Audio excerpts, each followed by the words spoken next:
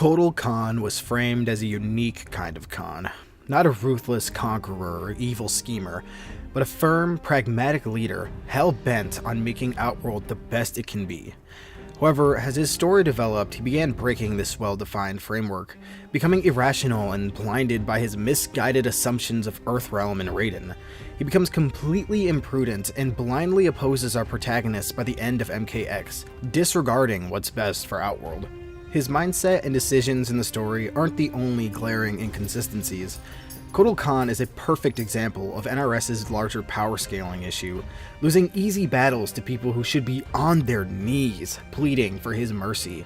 Kotal is very clearly written to be a strong and imposing character. We see him effortlessly beat some of the best fighters in the series, wiping the floor with the likes of Mileena, Rain, Shao Kahn, and Goro, yet he's easily defeated by this bug, this dude with a stick, and this chick wearing gloves.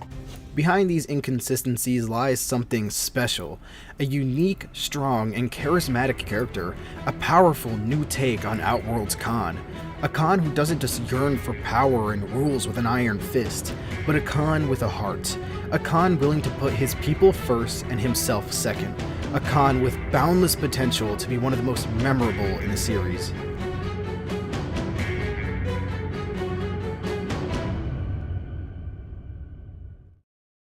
Kotal's introduction in MKX starts strong. Most of us are meeting Kotal for the first time here in-game, or some of us may know him already from the Mortal Kombat X comic, which deserves its own video at some point.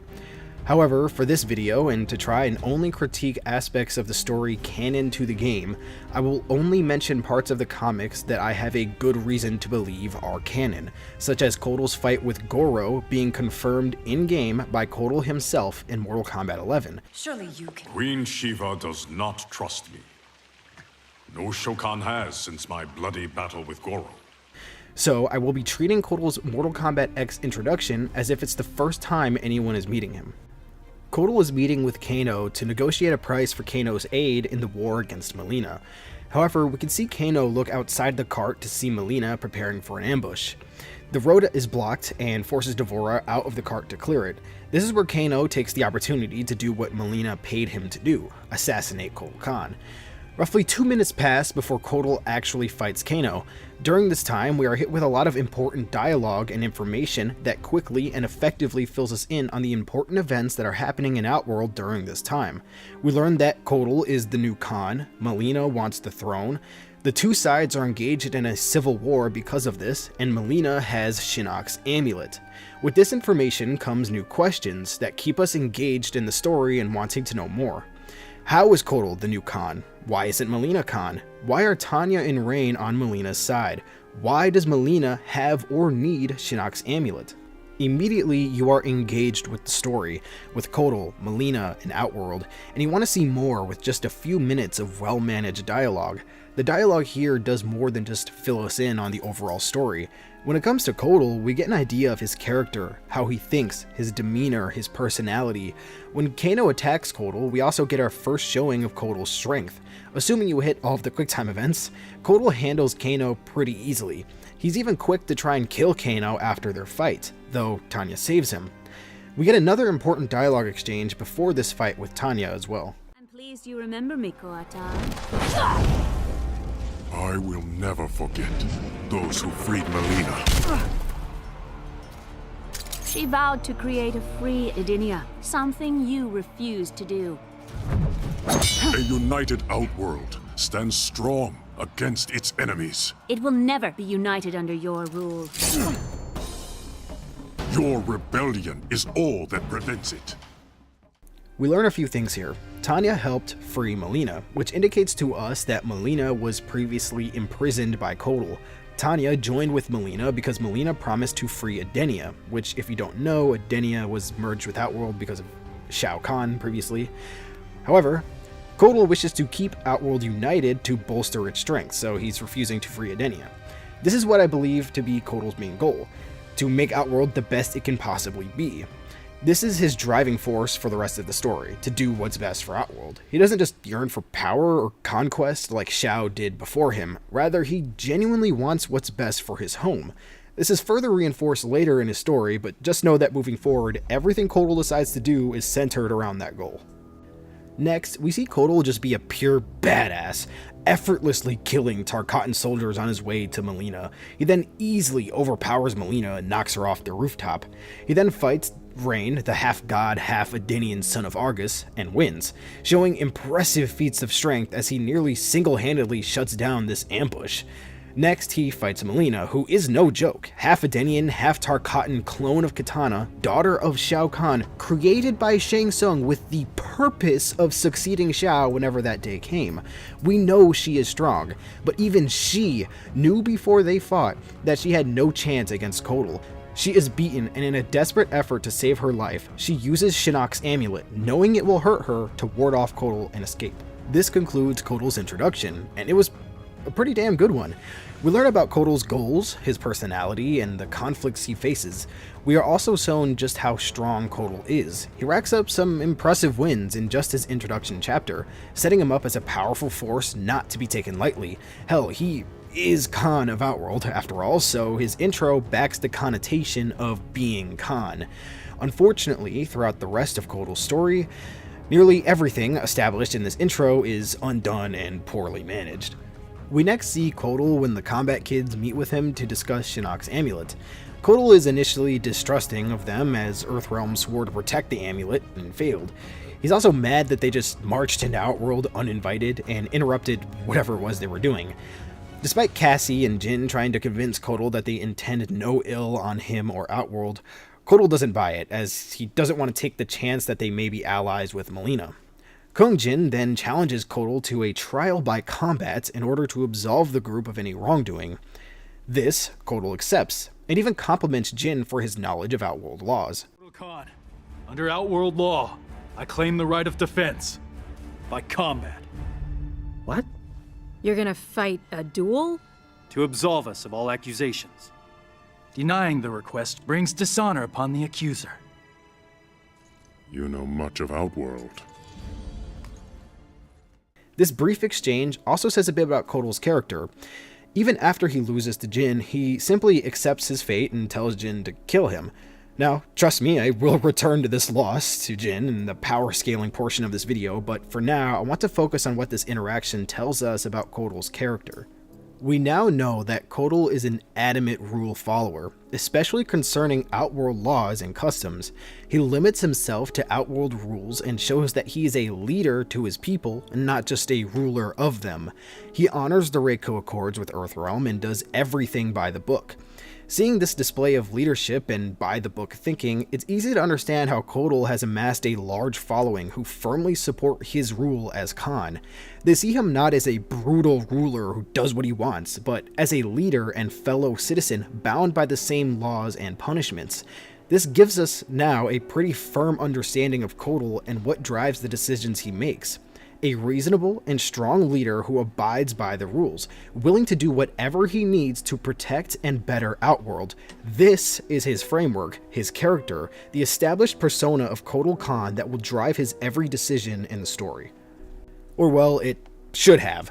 You see, after this, he breaks this character. He almost completely 180s into a typical Mortal Kombat bad guy jobber. But before this happens, we get a flashback of the day Kotal became Kahn, successfully overthrowing Melina and seizing power. The most important takeaway from this flashback scene is that Kotal was able to sway Melina's followers by displaying his pragmatism and willingness to cooperate with other realms if it means preventing war and death in Outworld, reinforcing the idea that Kotal is a smart and reasonable leader. If only you would hear our counsel. As war with Netherrealm looms, I have urged detente with Earthrealm. And I've told you I would sooner die than treat with my father's murderers! You refuse practical solutions to credible threats. You endanger the realm.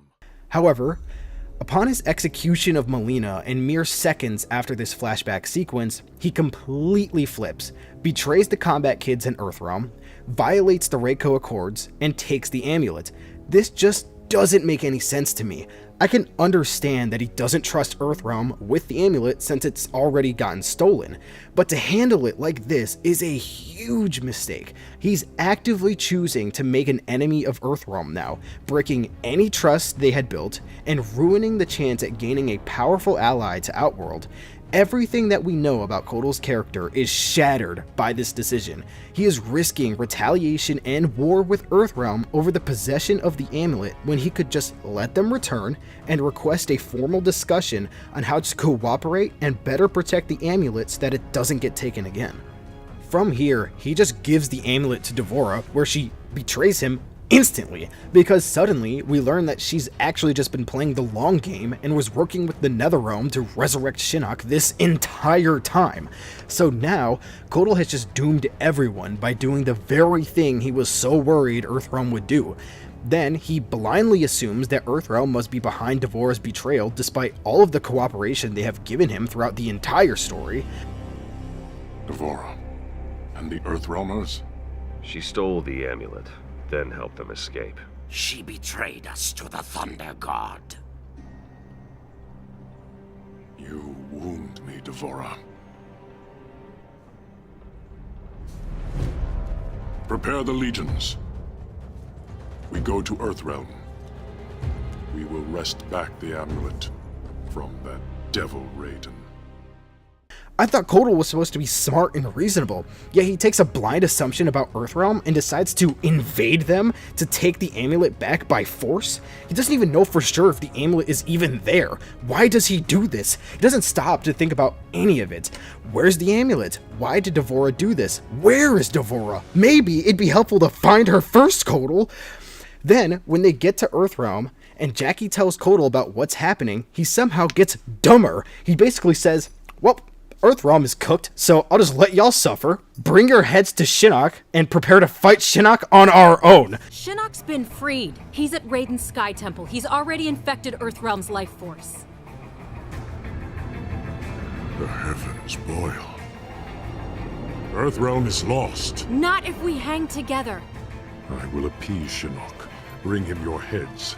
Gain time to bolster Outworld's defenses. Doesn't it make more sense here for Kotal to ally with Earthrealm, even at least temporarily, regardless of if they actually get conquered or not? I mean, Shinnok will come for Outworld too, so wouldn't it be smart to refuge as many Earthrealm warriors as possible and add them to your army to, I don't know, bolster your defenses? So now, we end Mortal Kombat X like this. Kotal has, at the minimum, raised tensions through the roof with Earthrealm, risked war between them, made countless mistakes that endangered Outworld either to Earthrealm, the Netherrealm, or Shinnok, and finally, he's proven to be a weak-ass bum of a Kahn who loses fights to inexperienced young adults. This is now the impression we have of Kotal Kahn ending Mortal Kombat X, a complete dismantling of his character from a smart and powerful neutral ruler into a typical room-temperature IQ bad guy. This creates a distrust between the audience and Kotal's character. We don't know how to view Kotal moving forward and can't trust what we see from him going into Mortal Kombat 11. Will we get this strong, reasonable, and pragmatic leader, or the imprudent and impulsive bum of a Kahn? Well, unfortunately for us, Mortal Kombat 11's story exists, so let's see what we got.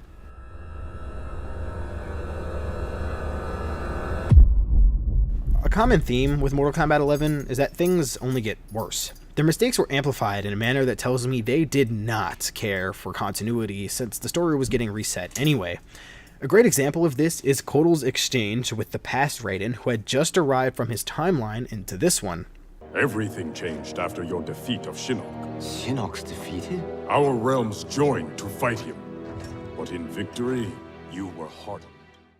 When did you unite to fight him, Kotal? If I remember right, I'm pretty sure you tried to, quote, appease him.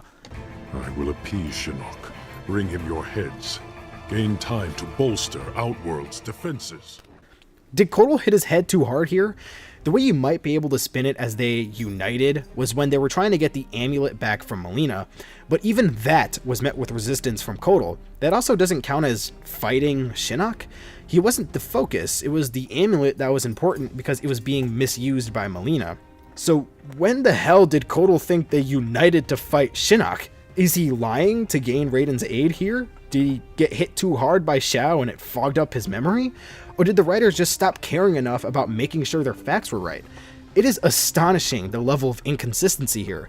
They are trying to re-establish Kotal as a better man and Kahn than Xiao. Now that they have Xiao back, they want us to sympathize with and like Kotal as if he's always been the good guy. They got big scary Xiao back, so they don't need Kotal to make Outworld and Earthrealm clash. To be honest, I don't think they ever had a plan for Kotal. They made him neutral, then bad, and now we're supposed to believe he's an ally.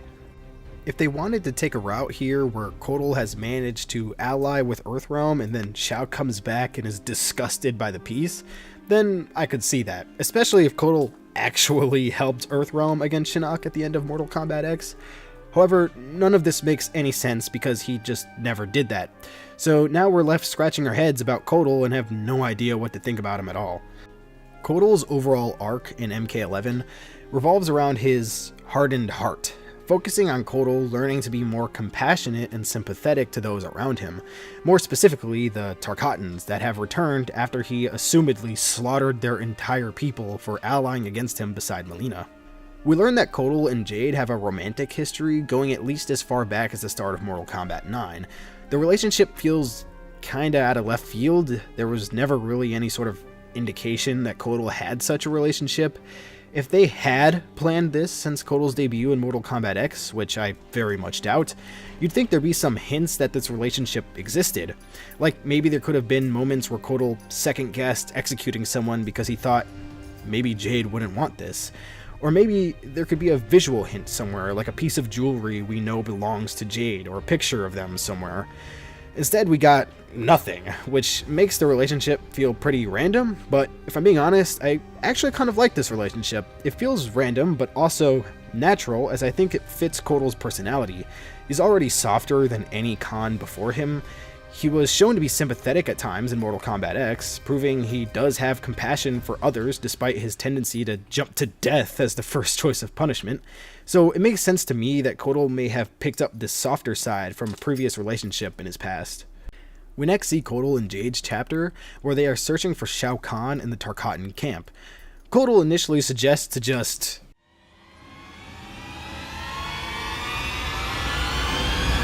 burn it all down and smoke out Shao Kahn.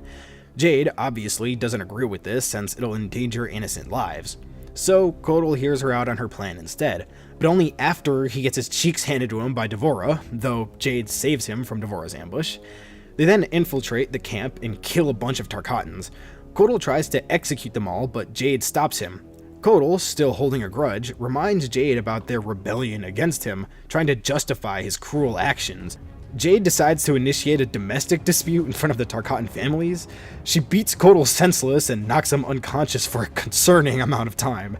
This leaves him, and by extension Jade, very unprepared for Shao Kahn, who arrives just as Kotal takes his forced nap.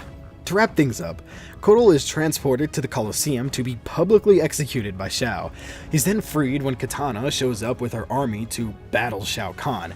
Kotal rematches Shao Kahn and embarrassingly loses another fight.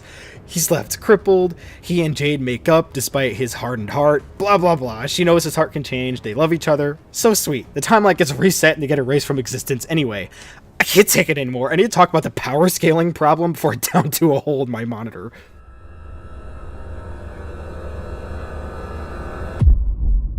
Before I dive into the specifics of Kotal, I want to briefly explain what power scaling is and why it's important to a story. Power scaling is essentially a hierarchy of character strength within their respective universe. The strongest sit at the top and the weakest at the bottom. If you establish a character as the strongest, they should be able to prove that throughout the story by beating lesser opponents, those who are below them in the hierarchy.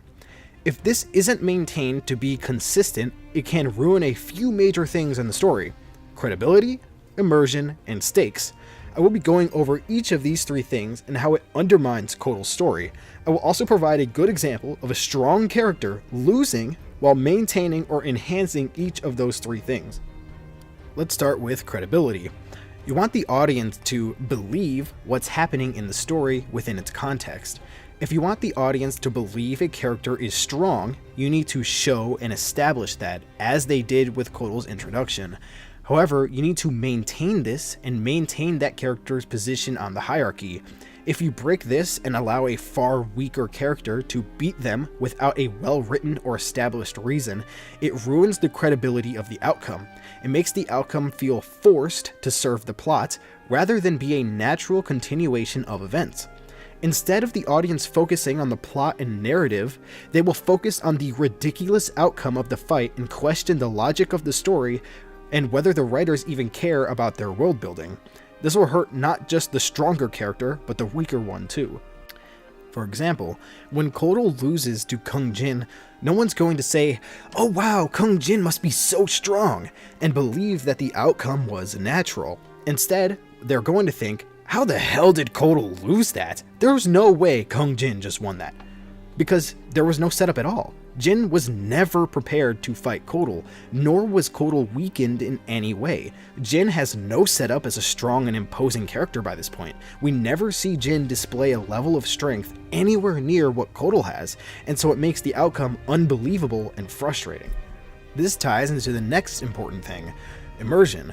Once the audience can suspend disbelief and believe in what's happening in the world within its rules and context, they'll begin to immerse themselves into the story. They begin to attach their emotions to the characters and themes that are present, creating this emotional tie to the story. A full investment into what's happening. When inconsistencies start to show up and credibility is now in question, immersion becomes completely broken because the audience is too focused on the frustrating inconsistencies rather than the themes and narrative. This makes it hard for the audience to even care about the themes or characters because they aren't connecting to it on that emotional level. Finally, the stakes of the story become impossible to establish. How is the audience supposed to consider any character in the story a threat when the story shows that any random bum can beat up any supposedly strong character? If any random Joe can be on the level of a god in one fight but lose to an inexperienced bum in the next, then why should I believe any character is a threat at all, since any fight is a coin toss and can go either way no matter who it involves? Why should I be impressed by any wins or shocked by any losses? This also comes with the effect of severely undermining character growth. If every fight feels like a coin flip no matter who it involves, how can I believe a character actually got stronger?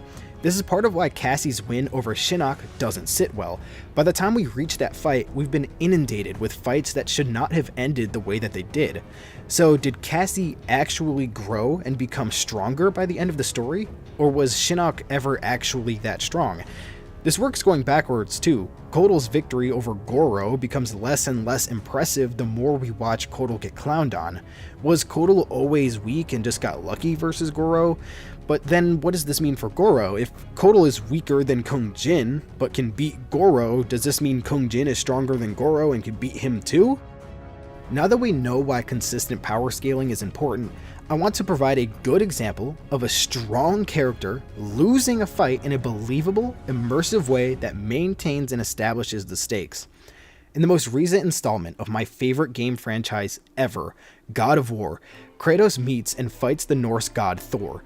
We know how powerful Kratos is by this point, slaying the Greek pantheon in 24 hours in God of War 3, and killing the invincible Baldur and both of Thor's sons in God of War 4. However, we also know that Thor is an extremely powerful character as well. There are a lot of lore details in God of War 4 that set up and establish Thor as an extremely strong character, including a prophecy and shrine that tells of a time Thor hit the world serpent Jormungandr so hard he sent it back in time. Let me say that again. Thor hit the world serpent with so much physical force that he sent it back in time. Now, I can go on and on about the lore and how it's confirmed to have happened and not just a prophecy, but that's for a future video.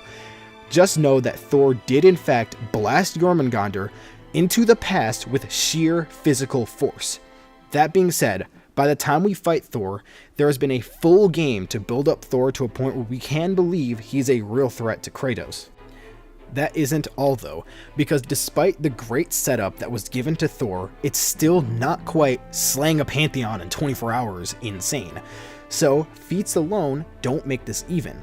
However, Kratos' character development of holding back and controlling his rage during God of War 4 makes Kratos' loss here even more believable. Thor even makes a point during this entire fight that he knows Kratos is holding back. So when this happens,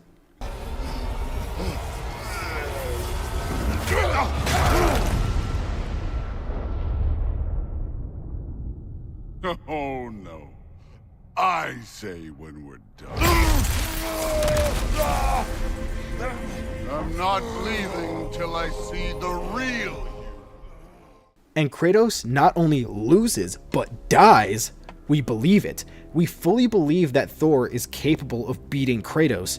We become even more immersed emotionally in the story. We start wondering, what could happen if Kratos dies? What would that mean for Atreus, Mimir, Brock, and Sindri? Would Kratos' prophecy of death come true? The writers use these to carry the story forward.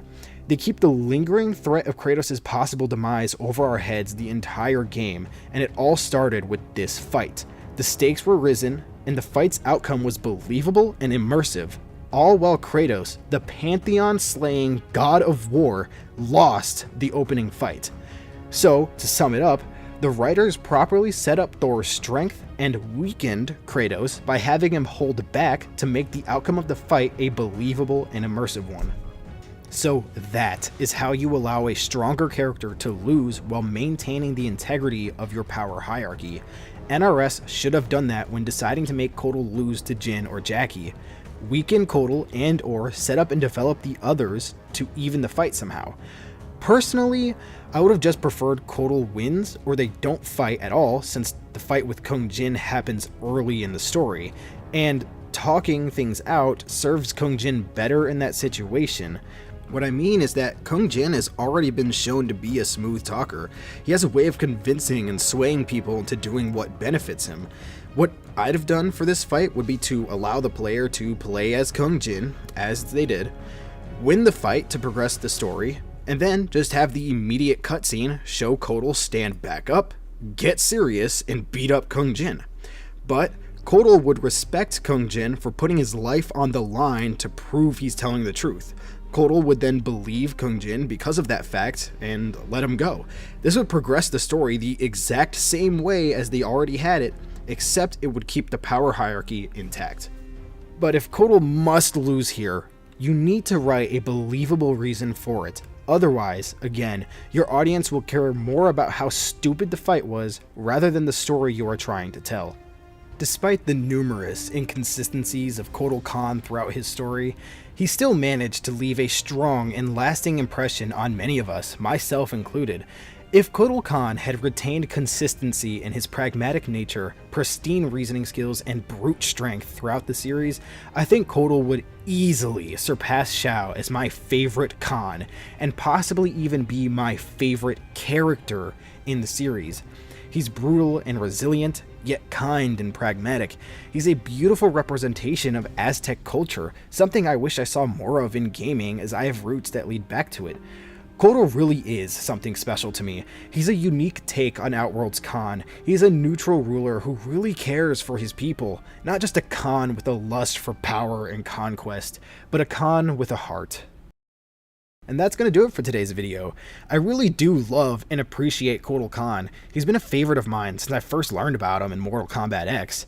I hope he comes back in the future. Despite what some people may think, I don't make these videos to hate or shit on MK. I love Mortal Kombat. It's what I grew up on. I make these videos because I want to see the game thrive and be better. Just because the game is focused on head-to-head online play doesn't mean it has to sacrifice a good story or be scared to try new things narratively. I'm just so sick and disappointed in having to watch this franchise reboot the universe over and over to retell the same stories over and over. I'm worried about the path of Mortal Kombat's storytelling. I'm afraid it'll turn into an Ouroboros eating its tail infinitely and just never changing. So please don't confuse my critiques for blind hate. I love Mortal Kombat. That being said, I hope you guys enjoyed today's video. I constantly want to improve and get better, so please leave your thoughts, questions, and or suggestions down in the comment section below, and I'll do my best to respond and take any advice you guys may have. Thank you all so much for watching, it means the world to me. Don't forget to leave a like and subscribe, hit the notification bell so you never miss an upload, and I'll see you guys in the next one.